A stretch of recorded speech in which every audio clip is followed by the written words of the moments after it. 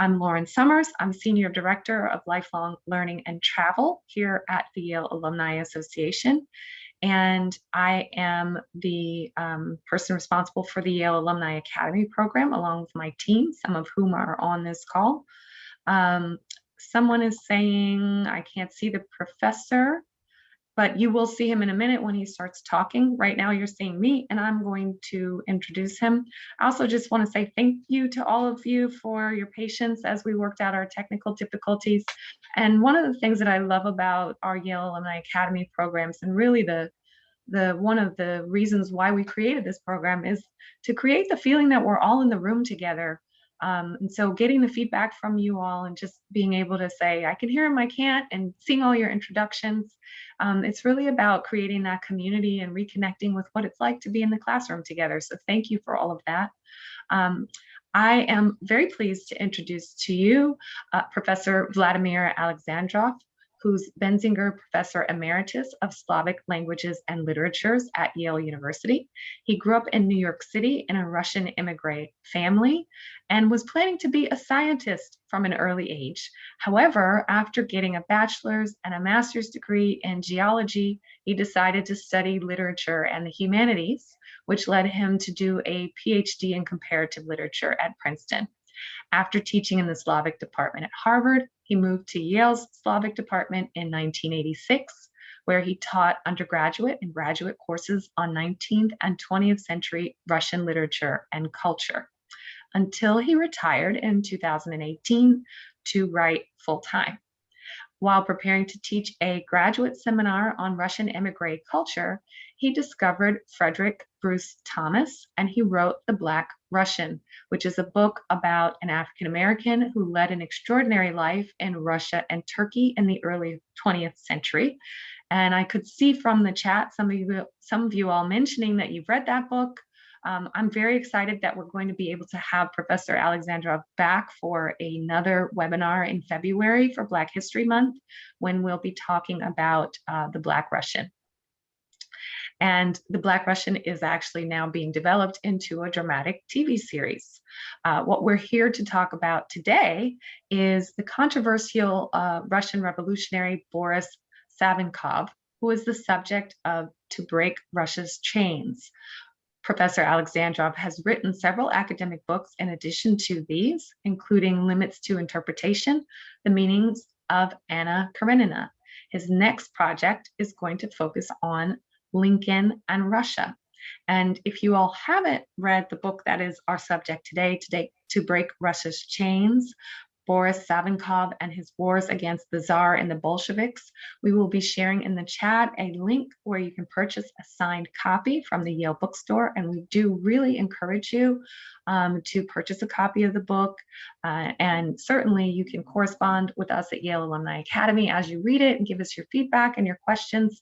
For those of you all who have already had an opportunity to review the book, you're going to have an opportunity this afternoon to ask your questions and have a great discussion with Professor Alexandrov. He's going to start with a presentation, which will go for about 45 minutes, and then we'll have about 45 minutes for Q&A. If you have questions, I encourage you, please put them in the Q&A box at the bottom of your screen. That allows us to keep track of the questions that have come in and make sure that we're getting to as many of them as we can in the order that you've posted them. And with that, I will turn it over to Professor Alexandrov to get our presentation started. Thank you very much for being with us today. Thank you very much, Lauren. I'm delighted to be here. I apologize for this technical glitch. I don't know what caused it. Am I basically being heard okay? Yes, we can hear you, and we can see good. So it's a real pleasure for me to be able to tell you about my book. But I thought perhaps what I should do first is explain why Boris Savinkov deserves a biography.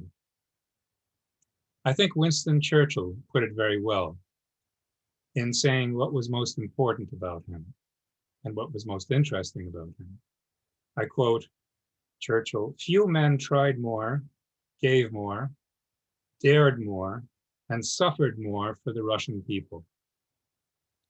Although Savinkov is largely forgotten outside Russia now, he was famous and notorious during his lifetime, which bridges the end of the Russian Empire and the beginning of the Soviet period, a seminal period in European history. And today, although he's forgotten in the West, he remains a legendary figure and a controversial one in his homeland. So the first thing that attracted me to him was his fascinating character. He was a complex and conflicted individual who led an unbelievably adventurous life that could easily have been the subject of a thriller novel, but in his case, it was all true. He was a paradoxically moral terrorist, and I'll explain what that is a bit later. He was a scandalous novelist. He was a friend of epoch-defining artists like Diego Rivera and Modigliani in Paris. He was a government minister. He was an unofficial but influential advisor to Winston Churchill. And for much of his life after 1917, he was a tireless fighter against Lenin and the Bolsheviks. I think it would be fair to characterize Savinkov's life as epic in the classic sense, in that this is the life of an individual who embodied the history, the seminal history of his country, of his people. Also, his life is fascinating because it challenges many of the popular myths about the Russian Revolution, which persist today. And the Russian Revolution was arguably the most important catalyst of 20th century world history. So what did Savinkov want during this driven life that he led? All of his efforts were focused on something quite specific. It was to transform his homeland into a uniquely democratic, humane, and enlightened state. Now, he often used very violent methods in pursuit of that noble goal, and this is a paradox of which he was painfully aware. But what's particularly important in my view is that this ultimate goal that he wanted to pursue received an enormous amount of support from many of his compatriots. And the significance of this, from my perspective, is that it suggests that the paths that Russia took during the 20th and 21st centuries, the tyranny of the Bolshevik state, the authoritarianism of Putin's regime, were not the only ones written in Russia's historical destiny. There was a potential for another path, and I think Savinkov embodied that in a very vivid way. And in my view, Savinkov's goals remain a poignant reminder of not only how things in Russia could have been, but how perhaps they may still become someday. I might mention that I intentionally wrote the biography like a novel, using novelistic techniques, not only because it makes reading the biography more enjoyable, which is important, and the biography is long. Savinkov's life was complicated, but also because Savinkov's life, as I was studying it, read like a novel. It's filled with the kinds of triumphs, disasters, dramatic twists, and larger-than-life characters that I mentioned one encounters in thrillers. But of course, at the same time, I was scrupulously faithful to the facts. So what I'd like to do next is give a bit of background about him first. And then, rather than give an overview of his long and tempestuous life, I want to zero in on one of the most remarkable events in his life, which took place during the imperial period, and that says a great deal about him and about his fellow revolutionaries. After that, I'd like to show some slides to illuminate my remarks. So first, Boris Savinkov's background. He came from a solid middle-class family and was radicalized while a student, which is a typical biographical detail for the majority of Russian revolutionaries of different stripes. They would typically begin by protesting an antiquated curriculum at their university. The government would intervene and treat them brutally for speaking up. The students would get offended and escalate. They would begin to protest social injustices. There were many in Imperial Russia. And the regime would escalate as well. As a result, for example, Savinkov was expelled from St. Petersburg University and prevented from being able to pursue a higher education anywhere in Russia. He tried in Europe, wasn't really interested in a regular career, and decided to become a full-time revolutionary. What kind? Now, we often think that the Marxist Bolsheviks were the most prominent revolutionaries in Russia because they're the ones who won the revolution in the end. But this wasn't actually the case at the time that I'm talking about, which is prior to 1917, because the biggest and most popular radical party was the Russian Socialist Revolutionary Party, or the SRs, as they're called for short. And this is the party which Savinkov joined. What did the SRs want? First of all, of course, to overthrow the Imperial Russian regime, which was an absolute monarchy, oppressed its subjects, kept them poor and ignorant, and denied them any possibility of self-rule.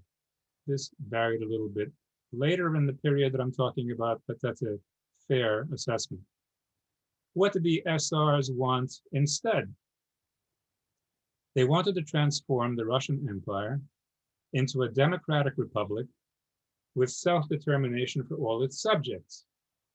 In other words, universal suffrage, free elections, a representative form of government, and very importantly, independence for Ukraine, Poland, Finland, Latvia, all of the other peoples who had been subject to the Russian Empire. The SRs were also socialists, which meant that they wanted the peasants to own the land they tilled. And it's important to realize that in the beginning of the 20th century, 80% of the Russian population were peasants. So the plight of the peasants was a crucial matter. The SRs also wanted the workers to control the factories in which they labored. They were socialists, as I said. All this differed radically from the Bolsheviks, who, as we know from their subsequent history, but who showed this earlier on as well, were ruthless in how they pursued their goals, as a result of which they, when they took power, created one of the most repressive regimes in the 20th century. For example, central to Marxist I'm being cut off. I can still hear you. Because I'm getting a message on my phone that I can't continue. Can you hear me now? Yes. All right. Everyone can see and hear you. Let's continue. I will try to continue on the computer. All right? Yes, go ahead. Okay.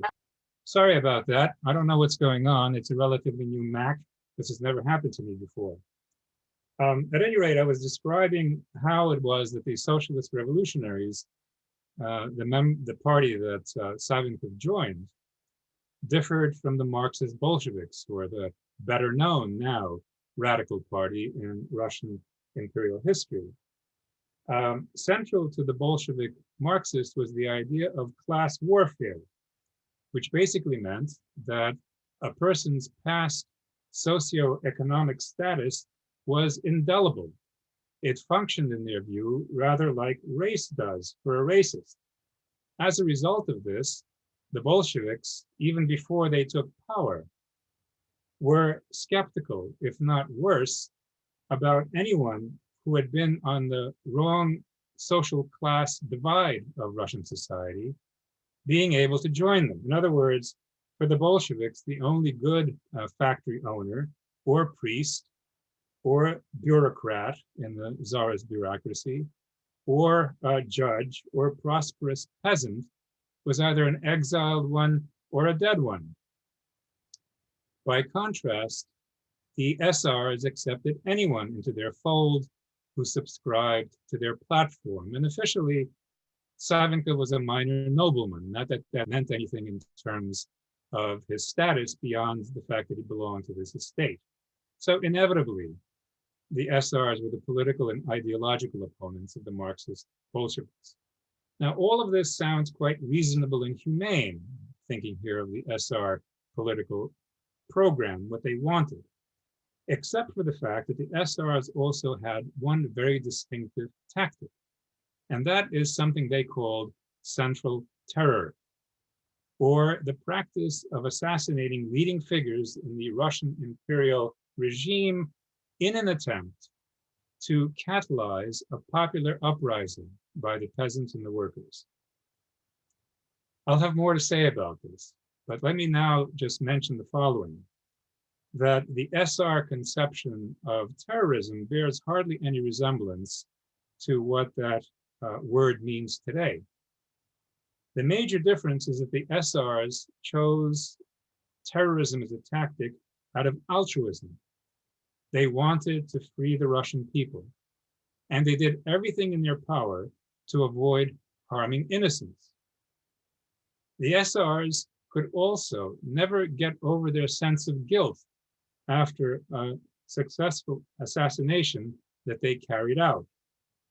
As a result, they all saw the fact that they could die during the attempt at an assassination or be executed if they were caught after the assassination as something that they deserved, as just punishment for their sins.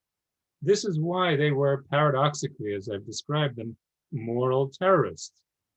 I don't need to go on at any length to underscore how this all differs from the terrorists we unfortunately know today. But don't bother to target the politicians or the bureaucrats who are responsible for the terrorist grievances and will attack any national, social, cultural, religious group chosen by chance doing anything with the more innocent victims, the better.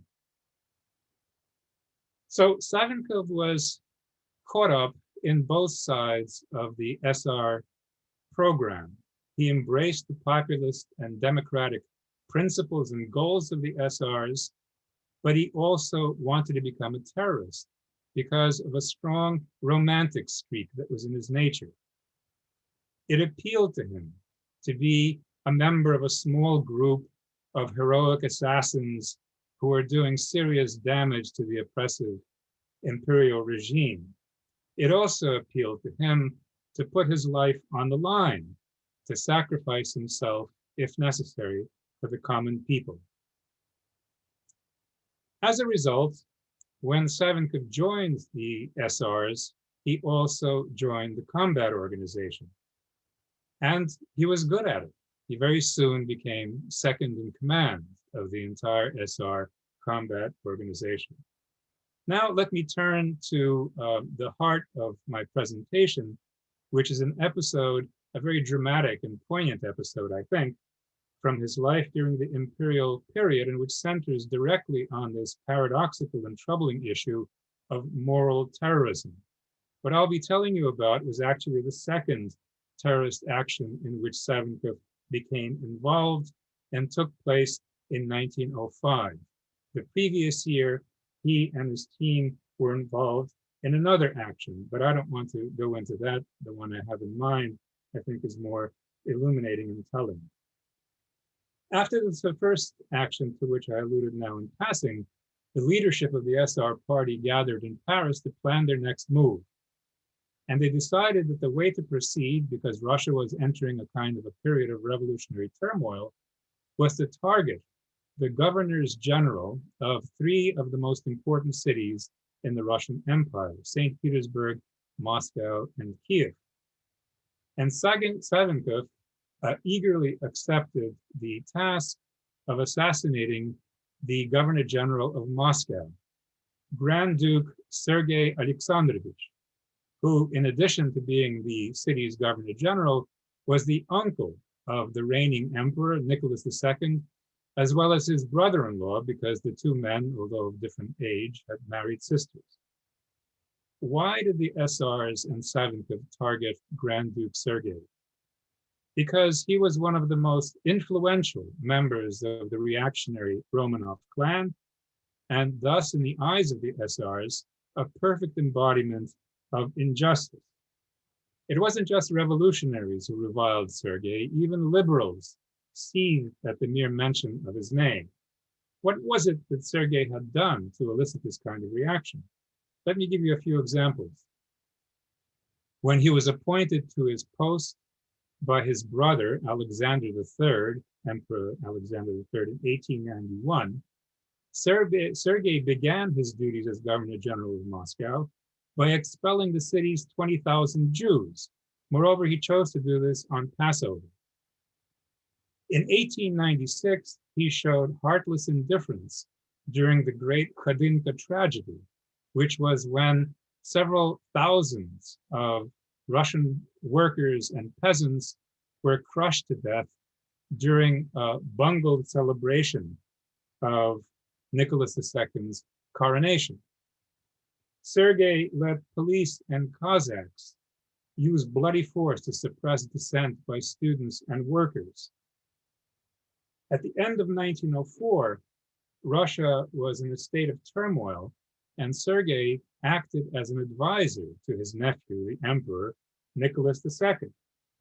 And rather than advise the emperor to yield to some of the demands of the protesters, he urged Nicholas to stand firm and to resist change, as a result of which the emperor told his prime minister, quote, "I shall never under any circumstances agree to a representative form of government because I consider it harmful to the people whom God has entrusted to my care." So this was the man that Savinkov and his team were going to target.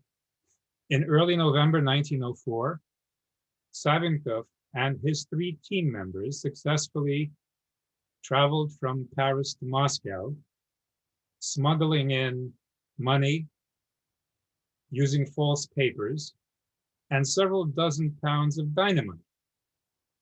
They manufactured the dynamite themselves in secret underground laboratories.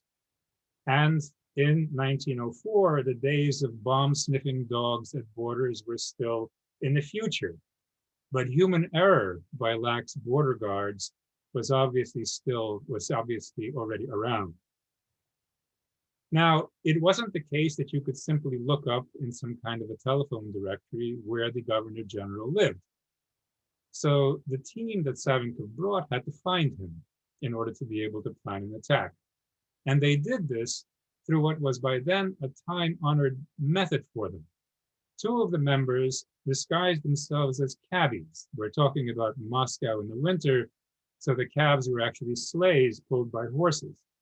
This gave them the freedom to course across the city and to try to track Sergey when they caught sight of him from wherever he was going to his home and vice versa.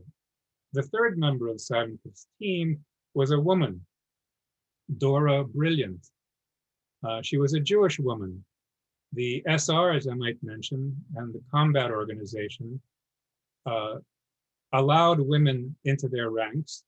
They carried out important functions. And in contrast to the official stance of the Russian Empire, which was explicitly anti-Semitic in many of its policies, as you all know, the SRs and the combat organization paid no attention to the origin of its members. Dora Brilliant was the chemist and the bomb technician, and she holed up in a hotel, a very nice hotel, that was only a few blocks away from the Kremlin, waiting patiently for the call to carry out her deadly duty. But Savinkov had a streak of bravado in him. He didn't like to hide very much, as a result of which he used camouflage. He was carrying the papers of an Englishman, even though he couldn't speak a word of English. but he is recorded by people who saw him as assuming a kind of aloof Anglo-Saxon mien, as he imagined an Anglo-Saxon British visitor to Moscow might look and behave, and moved freely around the city, as he also tried to see where Sergey might be going and coming from, wearing an expensive fur coat with a magnificent beaver collar and a matching hat. As I mentioned, the period 1904-1905 was a restive one in the Russian Empire. There was a war going on with Japan in Manchuria that began early in 1904. The war was going very badly and causing all kinds of political and labor disturbances in Moscow and in other countries. These disturbances grew to such an extent that in January 22nd, 1905, a day that would be remembered in Russian and European history as Bloody Sunday, a large procession, a large peaceful procession, approached the Winter Palace to petition the Tsar to improve labor conditions and to end the unpopular war. And hundreds of these peaceful protesters, carrying icons and singing God Save the Tsar, were shot down by troops. This carnage triggered outrage throughout the empire and actually around the world. Protest meetings, even larger than the earlier ones, broke out. 400,000 workers went on strike, the largest number ever seen in Russian history. And Sergei, seeing what was going on in Moscow, decided that he needed to protect himself better and moved from an imperial palace in which he was staying on the outskirts of the city to a palace within the Kremlin itself, which he thought would protect him better. This disrupted the tracking that Savinkov's team was conducting, but they picked up his routines again. Finally, in late January 1905, Savinkov saw their chance. He read in Moscow's newspapers that there would be a benefit concert for a military charity at the Bolshoi Theater in Moscow on February 2nd. And since the Grand Duchess, the wife of Sergei, was the patron of this military charity, it followed that she and the Grand Duke could be expected to want to go to that event. So Savinkov set the assassination for that date. February 2nd was a Wednesday. In the afternoon, in preparation for the attempt that evening, Dora Brilliant, in her hotel room, assembled and armed the two bombs that she had built from scratch. Each weighed several kilograms. Savinkov met her in the alley next to the hotel at 7 that evening. He had to handle the tin boxes that contained the bombs very carefully because they were designed to explode upon impact, and a slight jarring motion might actually activate the firing mechanism. The team's surveillance had determined that the best way for Sergei to get from the Kremlin to the Bolshoi Theater would be by going around in his carriage the Russian Historical Museum, which stands to this day on the edge of Red Square. It's a large red brick building in an ornate Russian style. I'll show pictures of all this later on. He could go to one side or the other of that building and then be on his way to the theater not far away. By 7:30, Savinkov had finished delivering the bombs to two throwers. He gave the first to a man by the name of Ivan Kalyaev, who had been a close friend of Savinkov's since childhood. They went to school together. And he was given the honor, in the way in which the combat organization thought of it, of standing by the likeliest route that Grand Duke Sergey would take, to the right of the museum, facing it from Red Square. Savinkov and Kalyaev said farewell and embraced. Kalyaev fully expected to die during the attack, and Savinkov, in notes that he made afterwards, remembered that he had never heard his old friend speak of his love for the team and for the mission he was committed to carrying out with such ardor. At 8 p.m., Kalyaev took up his position next to the historical museum. The second thrower was not far away at the entrance to the Alexander Garden along the wall of the Kremlin, a place that exists to this day as well. Both men were dressed as peasants to be inconspicuous, and each one carried a cotton bundle that sagged under the weight of the bomb inside. Savinkov himself went into the depths of the garden to wait for the explosion. This was Moscow in February.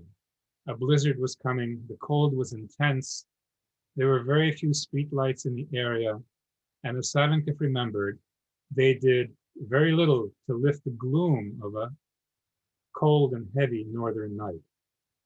There were no pedestrians, there was hardly any traffic nearby. A few minutes after 8 p.m., Kalyaev saw the distinctive white acetylene lamps on the Grand Duke's carriage emerge from the passageway near the historical museum. Kalyaev had anticipated this moment for months and didn't hesitate. Raising his right hand with the bomb, he began to run across the snow-covered square, intending to cut the carriage off as it crossed in front of him. In seconds, he was close enough to look inside. But what he glimpsed stunned him, because silhouetted against the padded white silk interior was the Grand Duke, but next to him was a woman, and across from them were two children. Kalyaev stopped as abruptly as if he'd hit a brick wall. He let his arm drop and watched as the carriage rolled away toward the lights of Theatrical Square. It's amazing to think that there was no one else around.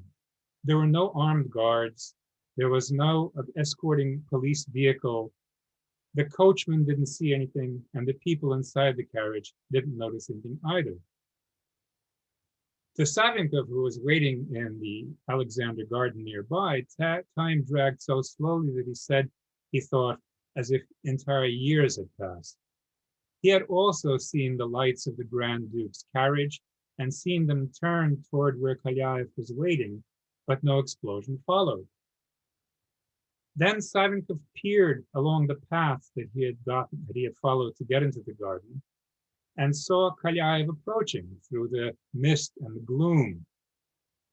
Kalyaev's expression was anxious. His eyes were searching. Savinkov didn't understand what had happened. But Kalyaev was so shaken that he could hardly string words together. Nonetheless, Savinkov remembered what he said and wrote it down later, and I'll quote it. Kalyaev's first remark was, "I'm afraid. Wouldn't it have been a crime against us all? But I couldn't do otherwise. You understand, I couldn't. My arm dropped by itself. There was a woman. Children. Only then did Savinkov understand what had happened. Tell me, was it the right thing to do, Kalyaev continued.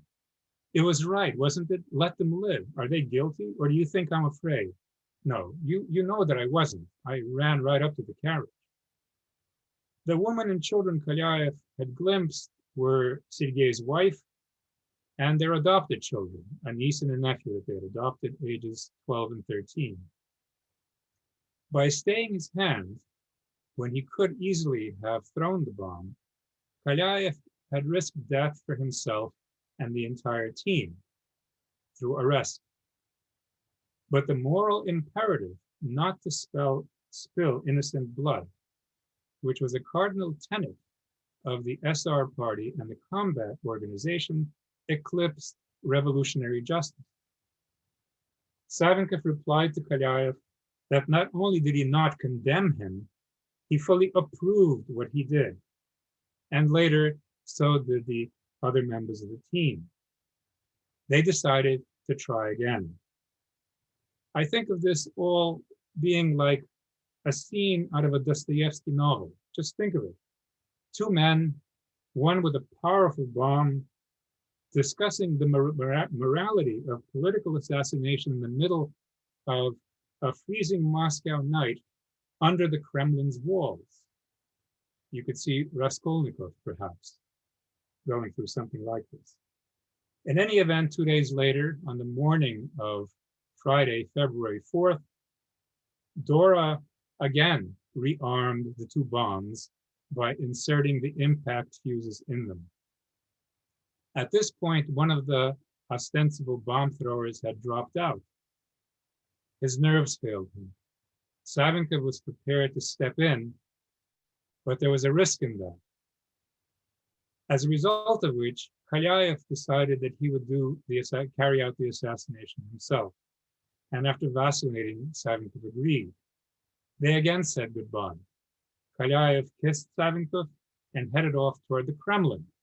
Now he was going to try to carry out the assassination within the Kremlin walls themselves, because in those distant and more innocent days, entry into the Kremlin was unrestricted.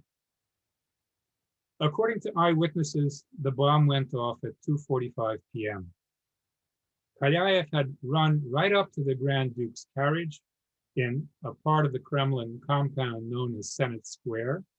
This was 65 paces inside the Kremlin's walls and hurled the bomb from a distance of only a few feet. There were no guards close enough to intervene. They were too far away. The explosion that resulted was devastating. Kalyaev remembered feeling himself sucked into the vortex and for a split second glimpsing the carriage disintegrating before a blast of hot smoke and splinters hit him in the face and tore his hat off. But miraculously, he remained on his feet and was only slightly wounded. When the smoke cleared, only 5 paces away from where he was, Kalyaev saw a low, shapeless mass consisting of fragments of wood from the carriage, shreds of the Grand Duke's clothing, and what was left of the body. The sight was horrific. Grand Duke Sergey was literally blown to bits. Kalyaev was quickly bundled off in a cab to a local police station and from there to prison. You can readily imagine what kind of a shock this sent through the Romanov clan in St. Petersburg and everywhere else where they were.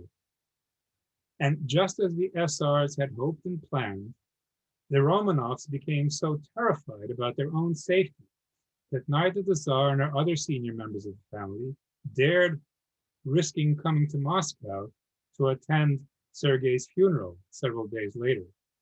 In fact, because of the danger that they felt that they faced when they appeared in public, they were even advised not to attend requiem services for Sergei in St. Petersburg's major cathedrals. But beyond these inner circles, the reaction was mostly indifference, because Sergei was widely disliked. The British ambassador to the Russian imperial court made a report to London regarding the curious lack of public emotional outpourings over the fact of Sergei's death.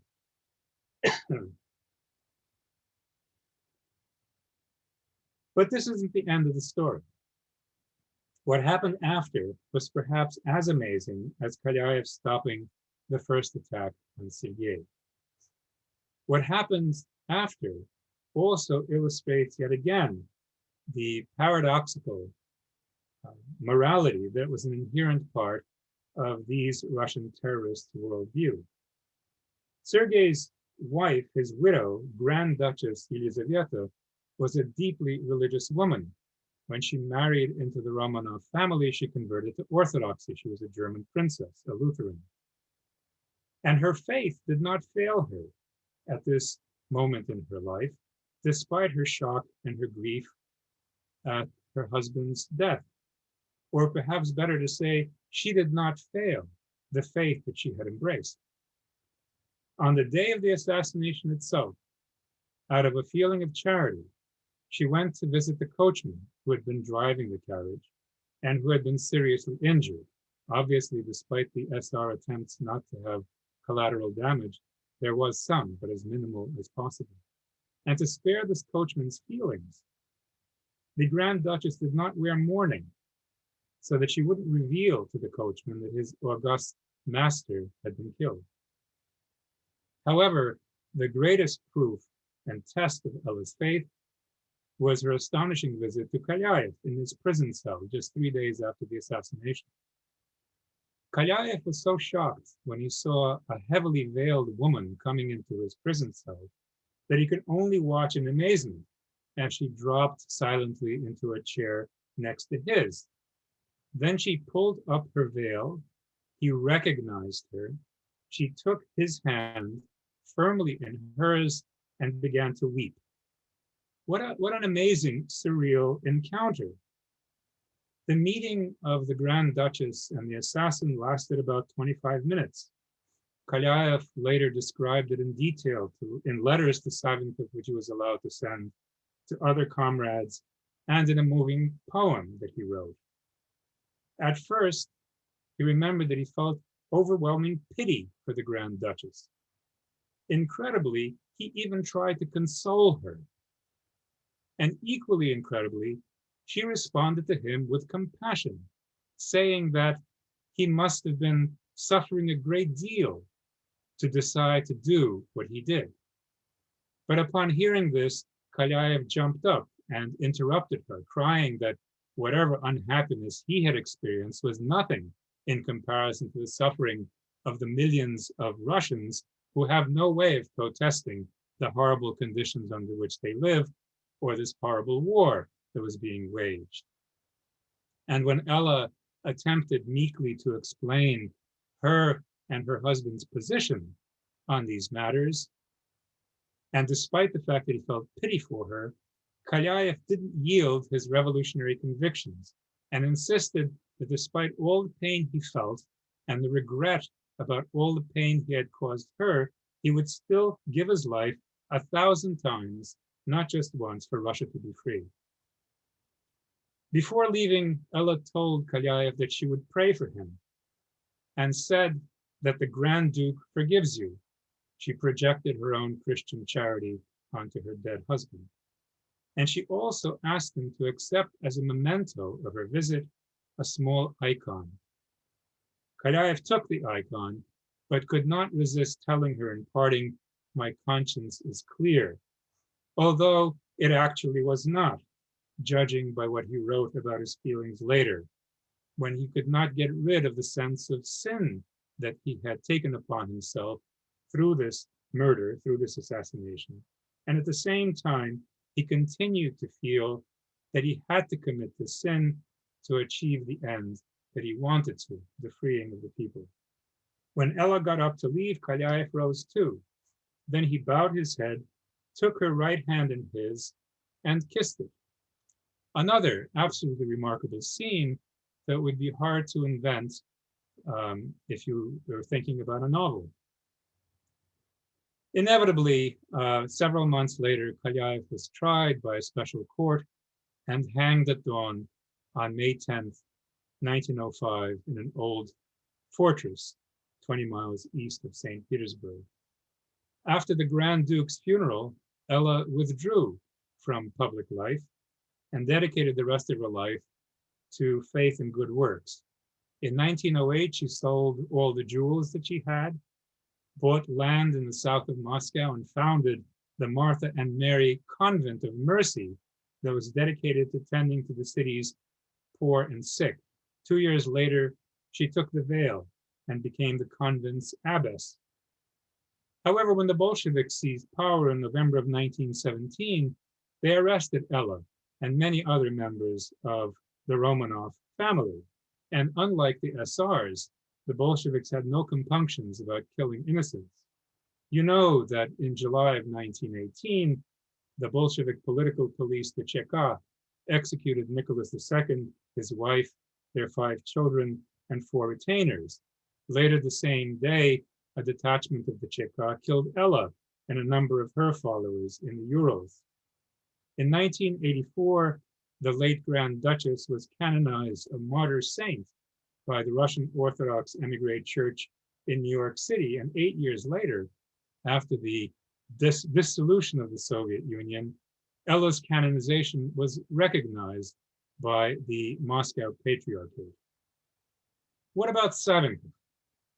He left Moscow shortly after the assassination on the wings of what was from the revolutionaries' point of view, a phenomenal success, and traveled to SR headquarters in Geneva.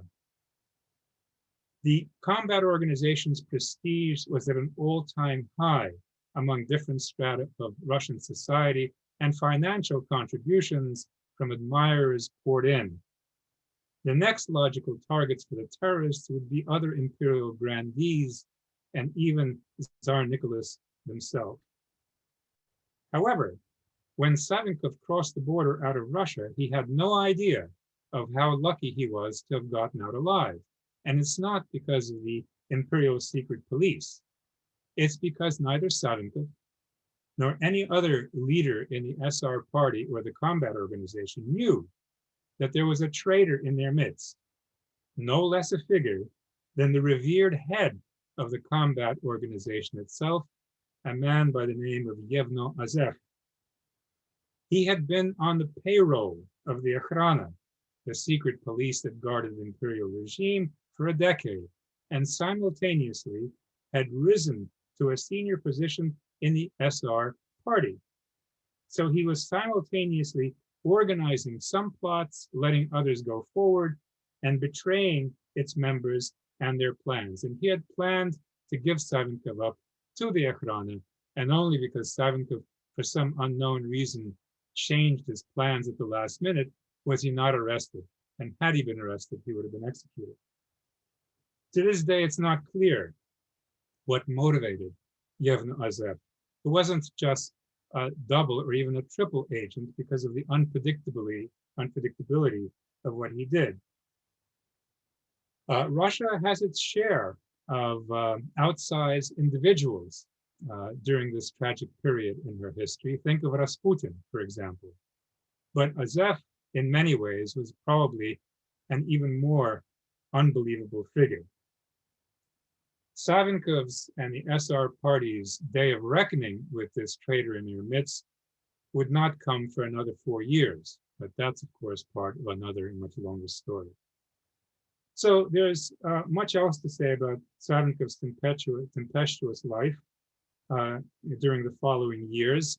He lived enough to fill a dozen different lives, but since we had these technical hiccups at the beginning that ate up some time, I thought that perhaps rather than, excuse me, rather than give you an overview of the remainder of his life in a few minutes, I'll abridge that and simply say that Savinkov never stopped being driven.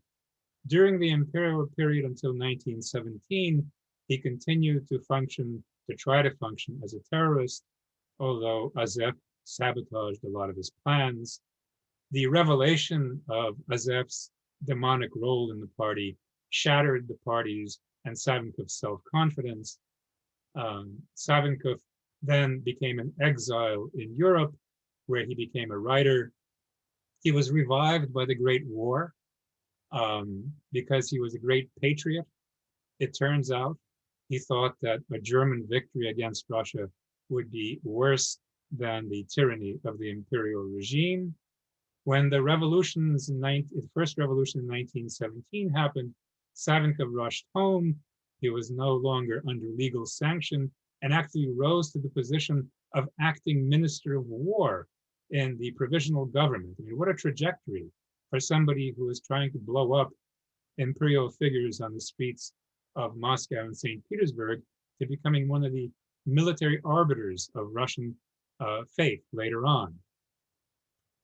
At any rate, when the Soviets took over, Savinkov became their implacable enemy for the rest of his life and did everything he could to fight them. I won't bother going into this because even when I try to be brief in summarizing Savinkov's life, there's so much that happened that it's impossible to do it even cursory justice. So let me now move to the illustrations that I have, a PowerPoint. I hope we can get the technology on that to work. It worked during our trial run. And then I will be more than happy to answer any questions that you may have about anything that I've said or anything that you may be curious about that's related to it. So I'm going to try to do the screen share. Host disabled participant screen sharing. So I need to be enabled to do screen sharing by the host, Lauren or Rhoda. Hang on, let me see if we can get that fixed.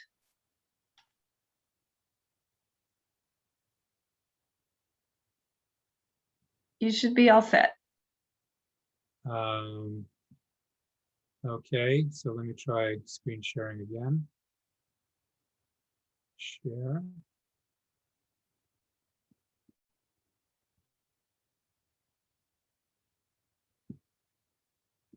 Okay, play from start. All right, does it work? Yes. Okay, so just the title page of the PowerPoint. This is a picture of the book's cover, which I think turned out very well. That's Savinkov in the upper part, in his uniform as acting Minister of War in 1917. I like the color pattern. I have a website, incidentally, that has information about me and about the books I've written. So if you're interested, you can find some there. And now I want to show some illustrations of what I've been talking about. This is Savinkov in 1899 when he was arrested for the first time. He's wearing his student uniform. Russia was very big on uniforms before the revolution. Foreigners were always struck by this. School children, functionaries in various offices, students, all wore uniforms.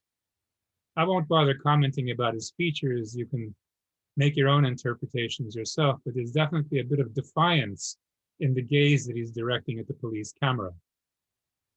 I didn't say anything about Savinkov's family life, but it was very important for him. He was married early. This is him in the upper right. He lost his hair early. His wife is in the lower left with their infant son. The old man with the beard is holding their daughter, Tanya. The young man is, Savinkov's brother-in-law. Savinkov yearned to have a normal family life, but the kind of life he chose to lead prevented him from being able to spend as much time with his family as he would have liked. He had other loves during his life.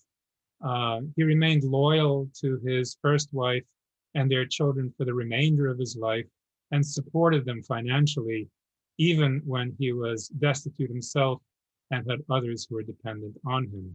This picture was actually taken when Savinkov was in exile in the city in the east of St. Petersburg, a favorite place for the imperial regime to exile revolutionaries while their fate was being decided, a place called Vologda. This is the woman who recruited Savinkov into the socialist revolutionary ranks and into the combat organization. A venerable revolutionary herself, Ekaterina Breshko-Breshkovskaya, known as the grandmother of the Russian Revolution. She had been arrested in the 1870s for revolutionary activity, spent over 20 years in a Siberian camp, was released, and immediately launched back into agitating for violent revolution. She also, incidentally, made very successful lecture tours abroad around 1906 or so, including to the United States, with speeches that she gave in famous venues that had thousands of people attending, and where people donated a lot of money for the revolutionary cause back in Russia, which she brought back. So what did Moscow look like in those days? It was a low-lying city. There were very few tall buildings. Apart from church steeples, most buildings were, say, 2 or 3 stories high. When a 6-story department store was built next to the Bolshoi Theater, I'll show it in the picture later, it was an event. And you can see in the middle center a cluster of white buildings with golden cupolas surrounded by a dark wall. That's the Kremlin, seen from a distance. This is the way the city looked when Savinkov was there as well. This is a city street scene from around the same time. It's the main street of central Moscow, now called Tverskaya Street. Under the Soviets, it was Gorky Street. Its original name had been Tverskaya Street. And it too was basically a fairly low-lying city. Very few buildings over 3 stories high, churches everywhere, horse-drawn vehicles were the standard mode of transportation. There were far fewer cars in Russia at this time than in Western Europe, to say nothing of the United States. Another typical city street, an important street in Moscow, Pokrovka, that shows the ubiquity of churches. If you look at an old pre-revolutionary map of Moscow, you could hardly be more than 2 or 3 streets away from a church, no matter where in the core of the city you were.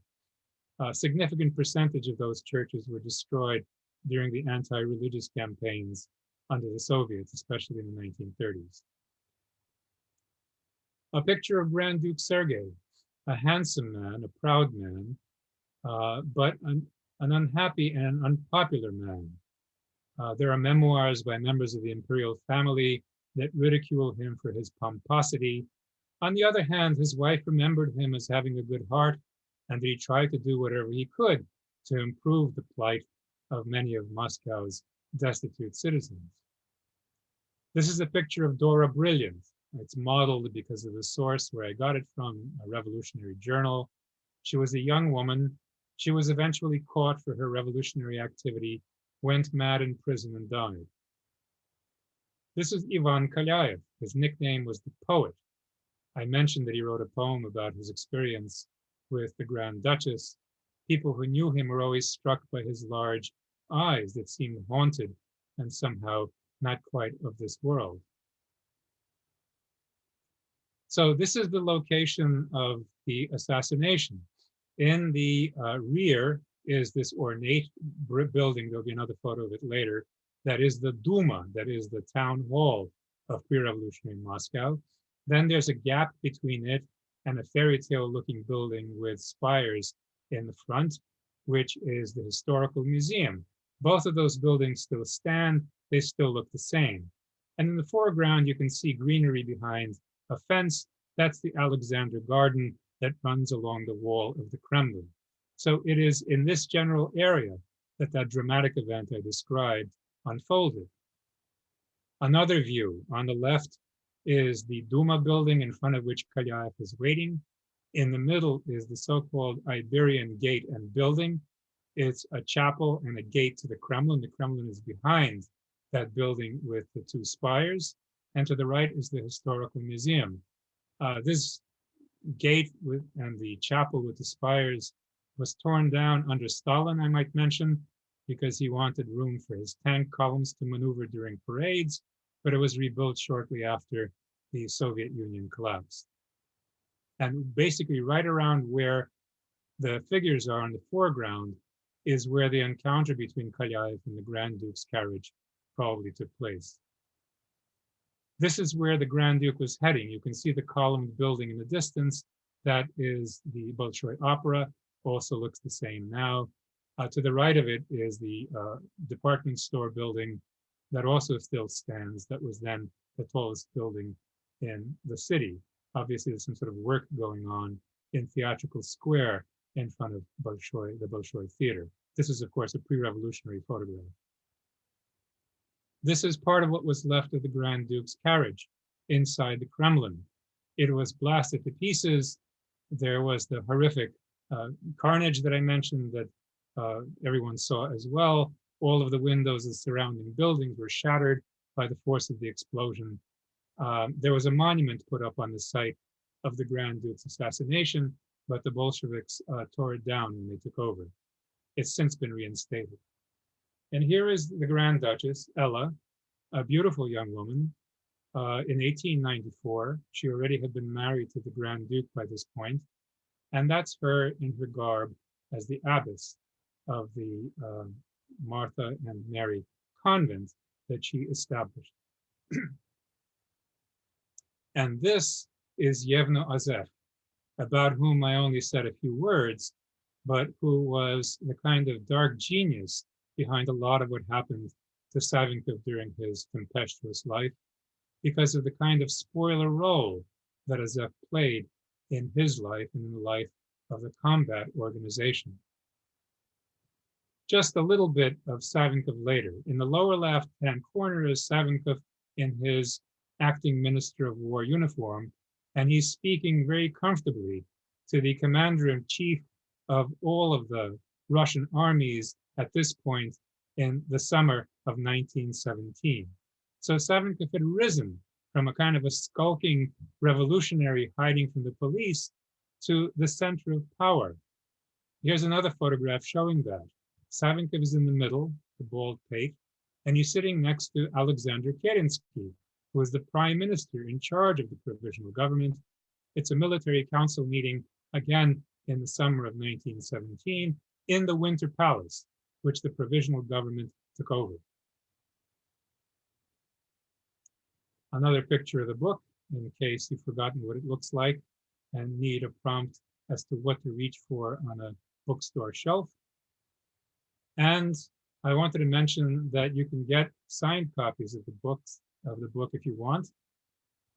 There are some at the Yale bookstore, and I made an arrangement with the Atticus bookstore on Chapel Street that you can send them a message through their website requesting a copy of the book and indicating what you want to be written in it.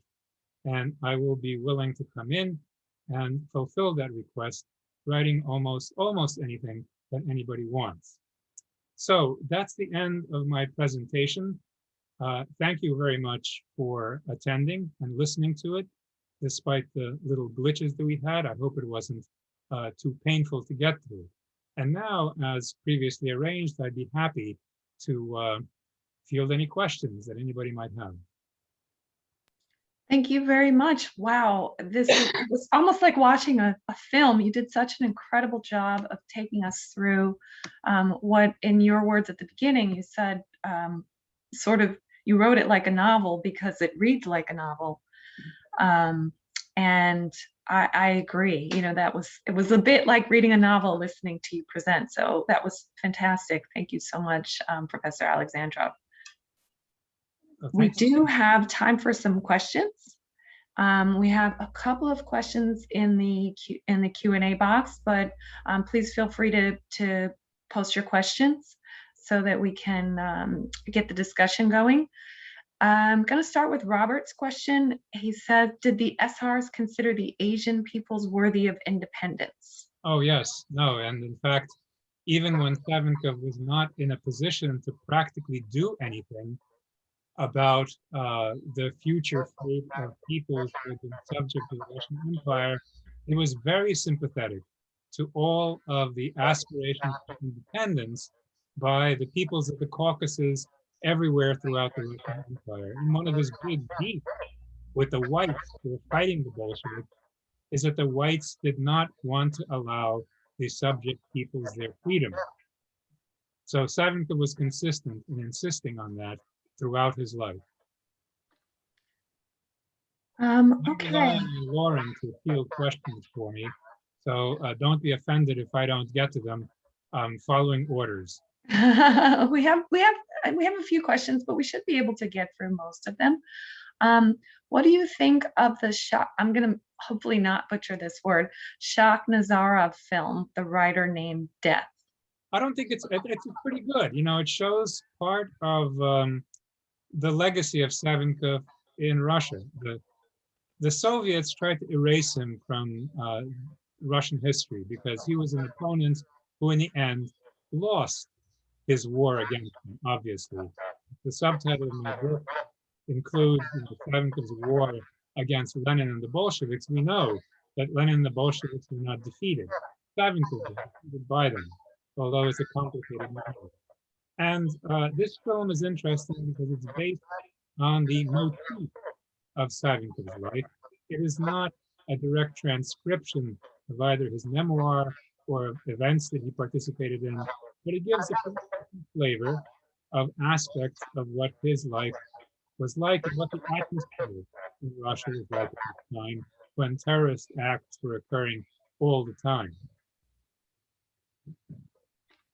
Okay, I just saw someone in the chat saying that it sounded like the echo had the dreaded echo has restarted, says Marilyn. Maybe I should. Someone else said there's a lot of echo now. Okay, so we're getting 3 people chiming in saying echoes back. I wonder if you, Does this make a difference if I lower my volume?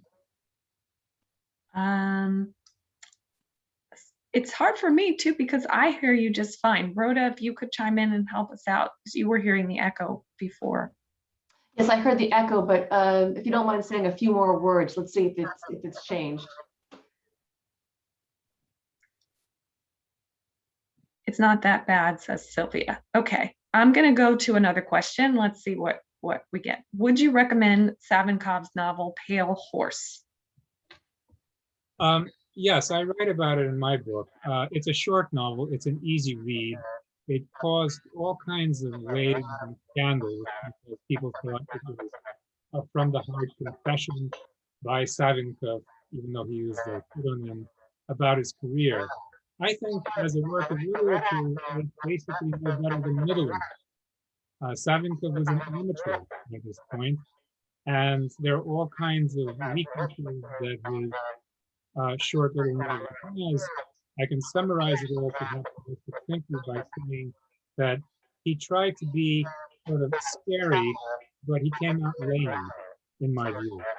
Okay, sorry, I'm just jumping in because we are hearing that there's a lot of echo. I'll speak slower. Maybe if you speak a little bit slower. I think it may have to do with the distance that you are sitting from the, Did I sit closer? maybe a little further away. Further away. Okay. Is this all right? Let's see. Maybe it's time to mute everybody else. Well, I'll mute myself and let. I don't know. That did sound a little better. Okay. It might be coming from my microphone. Michael, thank you for that. I thank all of you for your patience and for chiming in with your thoughts and comments. So I'm going to ask the question and then I'll mute myself. So if you want to go back to just the last thing you were saying about the novel, if you remember. Yes, maybe the easiest way to give my 2 cents about it is that Savinkov tries to sound ominous and imposing, tries to sort of shock and scare the reader, but in my view, he comes across as being sort of a little bit lame and inept in his effects. He wrote other things that are less well known that I think are better. But that's certainly his most famous work. It has earned him a permanent place in the history of Russian literature, although it's a small place, it's a permanent one. And it's certainly a quick read. It's not much more than about 100 pages. Okay, so it sounds like the echo was my mic. So mystery solved. I'll just ask the questions and mute myself. Let's go to the next question. Why did the SRs lose out to the Bolsheviks? Can we blame any other factors besides a hopeless patriotic support for Russia's fight against Germany in World War I? Yeah, well, that's a good point, actually. I'll begin with that. The SRs were wrong in wanting to prosecute the war. The war was extremely unpopular, and the Bolsheviks were able to get a lot of support by opposing the war. People who weren't for the Bolsheviks went over to their side when they saw that the Bolsheviks wanted to put an end to the war.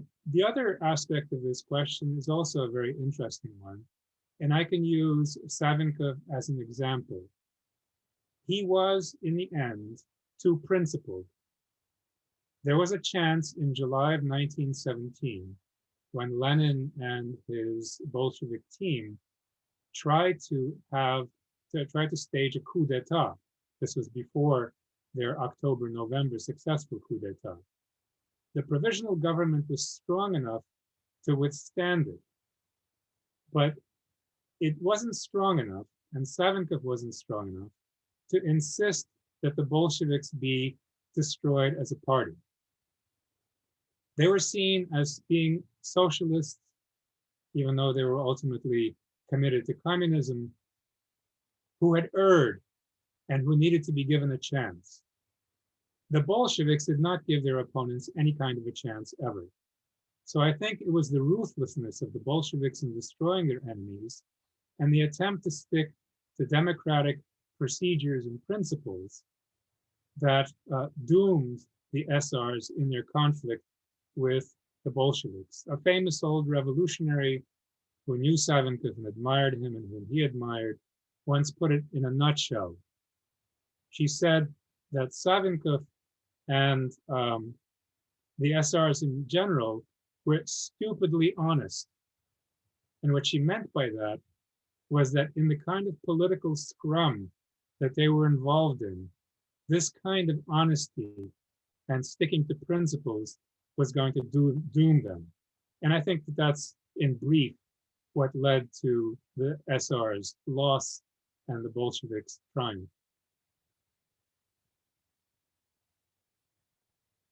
Okay, more questions coming in.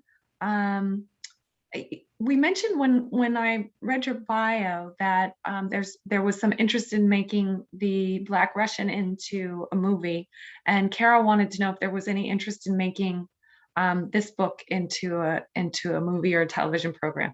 Oh, I wish. I don't know. I mean, the book's only been out a month, and I dutifully sent copies of it to the team that's involved in trying to produce the Black Russian into a TV series, actually. So maybe it'll appeal. But, you know, the Black Russian, because of its American theme, is something that resonates, I think, more automatically with Hollywood than would a story that focuses pretty much exclusively on Russian historical events 100 years ago or more. So perhaps if somebody wants to do it, it might be some enlightened producer in Russia, but I don't know. Of course, it's every author's dream to have a book picked up by a movie producer. We'll see.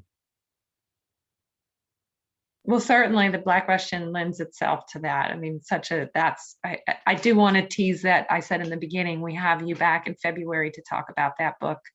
And I'm really excited. I think it's, like this one, a really, really fascinating story. Daniel wants to know, what are some of the challenges you encountered in researching and writing this book? The most interesting one is that Savinkov is to some extent still such a controversial figure in post-Soviet Russia that access to some of his archival papers is basically impossible. What I mean by that is that there are several score volumes of documents pertaining to Savinkov in the FSB archive in Moscow. That's known. The FSB is the outfit that took over from the KGB when the Soviet Union fell apart. And although shortly after the Soviet Union collapsed, some researchers were allowed into the KGB FSB archives, that has subsequently been stopped. So there's very interesting information in those archives pertaining to some of the most notorious and complicated moments in Savinkov's life, including, for that matter, his final months in Moscow. In my book, I argue that he allowed himself to be captured by the Soviet secret police because he had a secret plan he was hoping to execute once he was in Russia, even though he was in prison. There are probably documents about that in the archives, but who knows who or when will be able to see them. There are other moments like that in his life too that could probably be illuminated. So ultimately, it's access to some primary materials. But on the other hand, there are just reams of papers of his that are available. For example, I was able to read the correspondence between him and his first wife, the woman in the picture that I showed holding a baby, because that's made available to scholars, researchers readily. But it's the top secret stuff against the Soviets that might be the most interesting. And as I said, I don't know when it'll become available to anyone. Okay. Ovid wants to know, before Ivan Kalyayev, am I saying that correctly? Kalyayev, right. Kalyayev was hanged. Was he tortured? Did he confess? or give away the names of the co-conspirators? I don't think he did. I'm trying to remember. He wasn't tortured. There are different accounts of how he was hanged. One has him enduring a botched, execution. Another has him die calmly. It was typical for the revolutionaries to refuse to reveal anything about themselves or their fellows. They would refuse to give their real names. They would say that they were carrying out an execution ordered by the Socialist Revolutionary Party, but they would certainly avoid naming anybody else. So I don't know, he wasn't tortured. I don't believe that he revealed very much, if anything, to the police, but oddly enough, the imperial regime, for all its faults, did allow people who were on death row, the way Kalyaev was, to correspond with people outside, which is why Savinkov received heartrending letters from Kalyaev, and why Kalyaev was able to correspond with other people as well. Okay, Lee says, you stated that Russia could have gone in a more democratic direction, but did the SR or the Kerensky government have any more of a chance of succeeding than Yabloko does currently against the Putin power structure? I think when I was researching this, I remember coming across several moments in 1917 when Savinkov was already in a position of power, when a slight breeze blowing in a different direction could have tilted historical events onto a completely different path. That's my sense of it. I'll mention just one. There's this tangled event called the Kornilov affair in the summer of 1917. Kornilov is the general next to which Savinkov is standing in one of the slides, where Savinkov is in a military uniform and cap. If Savinkov had been less principled, and if Savinkov had upheld Kornilov in a quarrel with the provisional government, and if Kornilov had imposed martial law and arrested the Bolsheviks, it is possible that the Bolsheviks would not have succeeded the way they did later. There was the threat here, as there was also in the French Revolution, which was an example that everybody remembered in Russia, of a Napoleonic figure. In other words, the French king was deposed, there was revolutionary chaos, and then Napoleon suddenly emerged and created his empire and monarchy. There was a threat that this could happen in Russia as well. But Savinkov was militantly opposed to it. Kornilov, even though he was the supreme military commander, was opposed to it. So maybe it would have been possible, although it would have been tricky, for a willful, strong man like Kornilov, with Savinkov by his side, to seize power, destroy the Bolsheviks, and then lead the country to free elections, which both Savinkov and Kornilov swore they wanted to do. So I think that history could have swerved in a different direction. Now, whether this has anything to do with Yabloko and Putin, I rather doubt, because the kind of control over the country that Putin has now, and that he keeps increasing, it seems every week, if not every day, is a far different cry from the open-ended situation that existed in Petrograd in Russia in 1917. There were wild cards there that I don't see being present anywhere in Russia today, alas. I think we could do a whole additional webinar on the historical connections and how they reflect and engage with what's happening in Russia today. So I appreciate that question and your answer to it. And maybe we will have an opportunity to explore this topic in a future webinar. Until then, I go to Maxim's question. Do you think that without Savinkov and the SR terror campaign, Tsarist Russia would more likely evolve into a democratic Western type society and could avoid the 1917 revolution? Yes, a very interesting question. excuse me, fall has come, and so have various kinds of spores, apparently, which is why I'm coughing. I apologize. um, these are wonderful things to think about. It's hard to be definitive in responding to any of these questions, in speculating about any of these outcomes. There were, let me give an example from a different period, but it's relevant to what we're talking about. In 1881, right, so decades before the period I'm talking about now, Tsar Alexander II was assassinated by revolutionary terrorists who were the direct predecessors of the SRs in Savinkov's ilk. In fact, some of the old people that Savinkov knew when he became a terrorist were active in the 1870s and 1880s when the emperor was assassinated. Why was he assassinated? He was a reformer, but he wasn't making reforms quickly enough. The great irony is that as he was killed in the center of St. Petersburg, he was on his way to sign into law an edict that would have established the first quasi-representative form of government in Russia, something like a feeble parliament.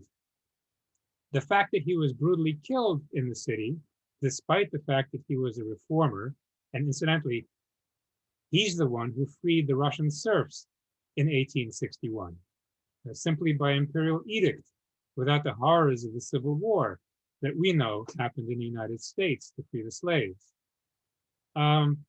The reaction against this assassination of Alexander II was so strong that the next attempt at a feeble parliament in Russia didn't happen until 25 years later, until 1905, in part as a result of Savinkov's campaign and the murder of Grand Duke Sergey and the turmoil that erupted throughout the country. Nicholas relented and proclaimed a kind of a weak parliamentary system, which he then abrogated, but still it was a step in the right direction.